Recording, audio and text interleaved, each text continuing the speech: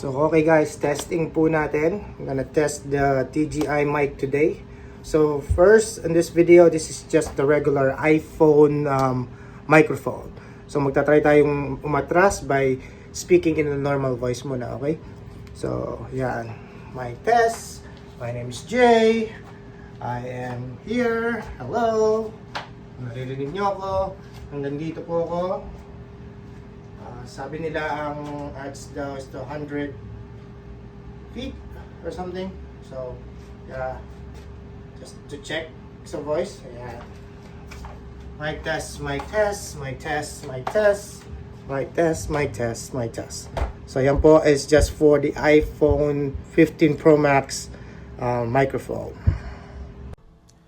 Okay guys, now we're gonna try the DJI Mic Mini. So, try it. So some bloggers always kumihat, they normally put it in the side of the hat here. So let's see, and later on try natin with magnet dun sa may ano. So let's try it. So mic test, mic test, mic test. So ito ay nasa 0 setting pa lang po siya ng frequency, so or adjustment ng volume yata, ng exception ng microphone sa receiver. So naka-0 lang siya. So yan, nandito po ako ngayon, nagsasalita lang ako na normal like the other one. So ngayon, mapunta tayo palapit ng palapit. So let's try again. Let's see the difference later on the video. So next naman natin itatry is, let's try to take it out here. Ito sa ano, kahit nga ng DJI magnet nila may nakalagay DJI. So let's try it on my hoodie. Kasi ito medyo makapal. Kasi syempre winter, pag mag-interview ka, winter dapat medyo makapal. So tingnan natin kung gaano kalakas yung magnet. Okay. Medyo okay. Not actually that strong.